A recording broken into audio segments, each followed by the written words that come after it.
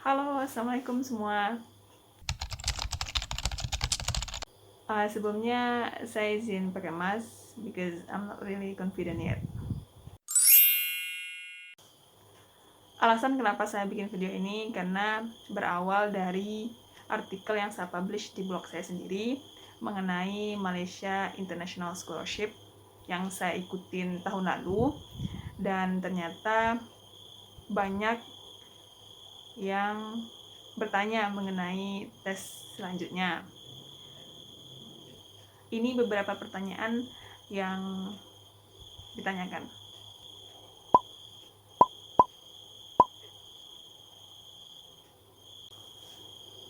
Oke, sebelumnya disclaimer dulu. Ada dua hal yang perlu saya tekankan. Semua yang nanti saya bicarakan murni dari pengalaman saya yang saya ikuti di tahun 2019. Saya apply tahun 2019, apply Malaysia International Scholarship ini atau MIS di tahun 2019, dan tes wawancara di 2020. Terus yang kedua, saya apply di jenjang master atau postgraduate.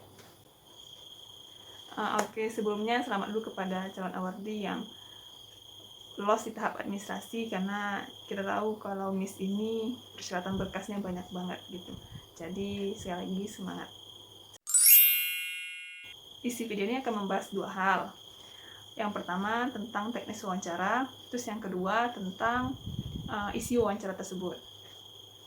Mengenai teknis wawancara, kondisi pada saat itu yang mana saya ikuti di tahun 2020 pada awal pandemi di Malaysia waktu itu, alhasil saya harus mengikuti tes wawancara online. Platform yang kami gunakan Google Meet. Itu panitia memberikan link Google Meet melalui email sepertinya 2 minggu atau 3 minggu atau seminggu gitu sebelum tes interview. Nah, di situ nanti ada dua link, tapi yang ada di email kita cuma satu link, yaitu link untuk waiting room. Nanti mereka akan sediakan link sendiri untuk khusus kita dengan para wawancara. Sebenarnya yang ditanyakan tuh untuk yang awal-awal tuh pertanyaan-pertanyaan dasar gitu, kayak misalnya tell us about yourself gitu, tentang diri sendiri. Terus sekarang sibuk apa, ya lebih ke background kita lah gitu.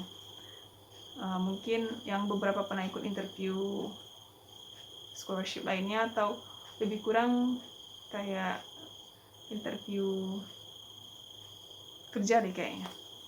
Pokoknya ringan, santai insyaallah. Terus ini poin yang penting.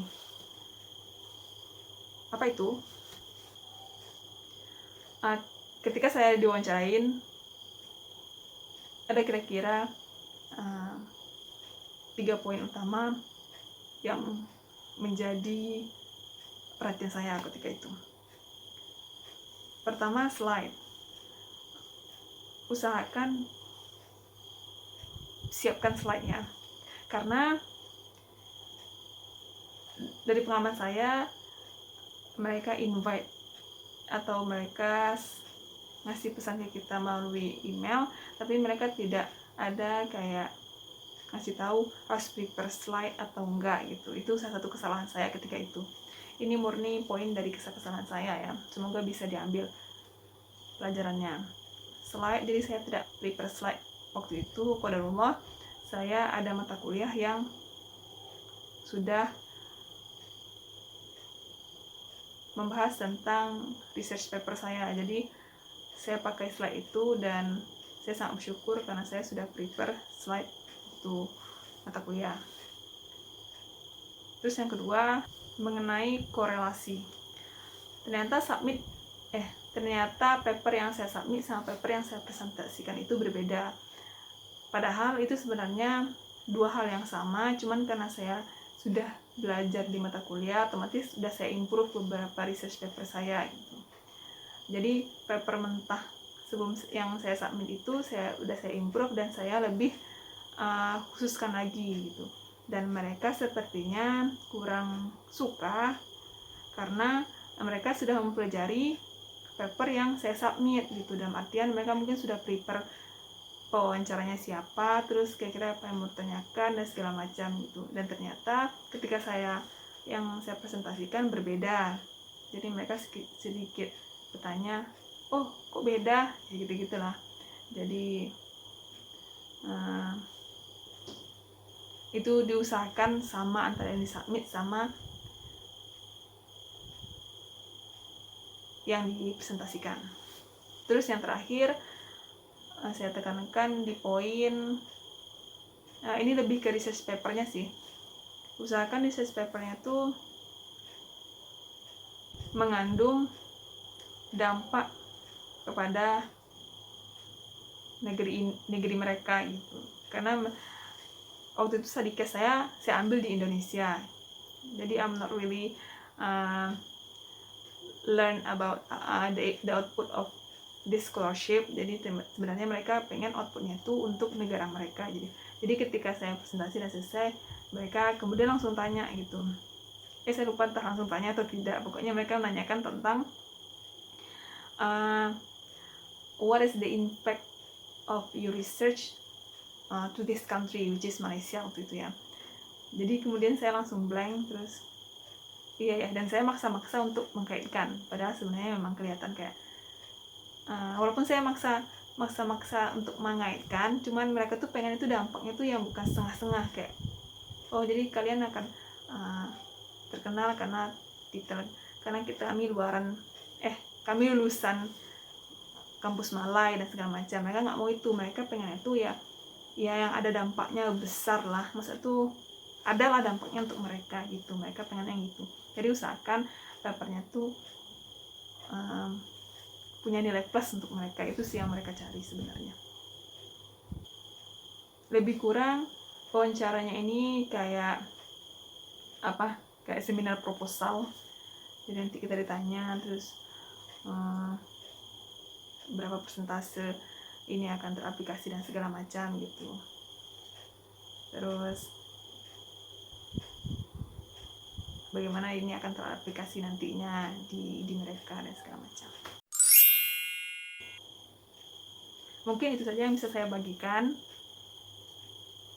Dan ini berfokus ke wawancara itu sendiri ya. Jadi kalau ada kata-kata yang salah, saya mohon maaf, atau ada yang miss atau ada yang lompat-lompat, saya mohon maaf. Ini dan apa yang saya keluarkan dan asumsi-asumsi yang saya keluarkan, opini dan segala macam, itu murni dari pengalaman saya sendiri, pengalaman di tahun 2020 gitu. Jadi jika ada sekiranya yang kurang atau mungkin ada yang sama ikut di tahun saya, kalau mau menambahkan silahkan, atau ada yang mau meluruskan, tafadhol, dengan senang hati.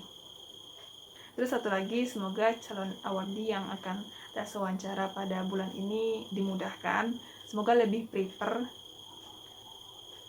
lebih siap lagi, karena waktu itu saya tidak dapat gambaran, jadi nggak tahu kayak mana sih gitu kan wawancara Miss ini gitu. Kalau LPDP kan kita sering lihat dan banyak juga yang sharing gitu. Kalau Miss ini masih jarang yang sharing. Jadi semoga yang calon awardee nanti menjadi awardee Miss, terus bisa berbagi juga untuk calon-calon tahun depannya lagi. Semoga bisa bermanfaat video yang saya buat dan bisa menambah referensi lah minimal. Terima kasih untuk yang sudah bertanya. Jika ada pertanyaan yang belum terjawab, silahkan ditanyakan. Semoga saya tahu jawabannya. Terus sekian dulu. Assalamualaikum and good luck.